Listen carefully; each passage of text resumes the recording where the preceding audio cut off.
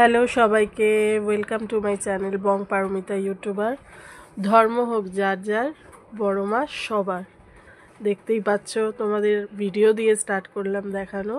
এটা হলো বড় মায়ের স্থান। আবারও বললাম, ধর্ম হোক যার যার, বড় মা সবার।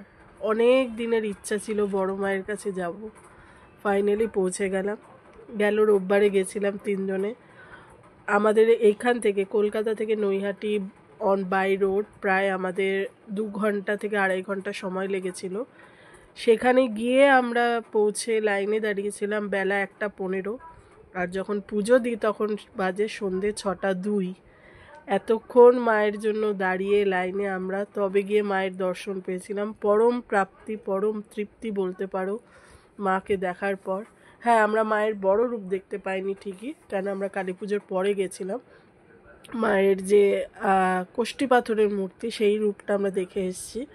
লাইনে দাঁড়িয়ে দাঁড়িয়ে আমরা 2-4টে ফটো তুলেছি। খুবই ক্লান্ত ছিলাম, না খেয়েছিলাম, শুধু জল আর চা খেয়েছিলাম, কিন্তু মনে ইচ্ছা ছিল মাকে দেখবো, মায়ের দর্শন করে আসবো। সেটা সার্থক হয়েছে।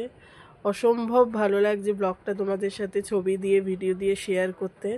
মায়ের দর্শন তোমরাও করে নাও। চলে এলো আমাদের মা। সবার ভালো হোক, সবার ভালো করুক, সবার মঙ্গল করুক, সুস্থ রাখুক সবাইকে। এটাই চেয়েছি মায়ের কাছে। নিজের জন্য আলাদা করে কিছু চাওয়ার নেই। সবাই ভালো থাকলে কাছের মানুষরা, তবেই নিজে ভালো থাকা যায়। তাই আমিও চেয়ে এসেছি। খুব ভাল লাগছিল মাকে সামনে থেকে দেখতে। খুবই সুন্দর রূপ মায়ের। ফোনে জানি না কতটা কি ভালো দেখেছি, সামনে থেকে দেখে আর নড়তে পারছিলাম না। তবে হ্যাঁ, মানুষের ঢল, মানুষের ভিড় খুবই থাকে, সেরকমই ছিল। তারপরে ফেরার সময় আমরা গেছিলাম এইখানে, দ্য ডি বাপি বিরিয়ানি। বুঝতেই পারছো, অসম্ভব ভালো খেতে, টু মাচ টেস্টি। 1 ঘন্টা এখানেও আমরা লাইনে দাঁড়ানো। সেই দিনটা আমাদের লাইনেই মনে হয় কেটে গেছে।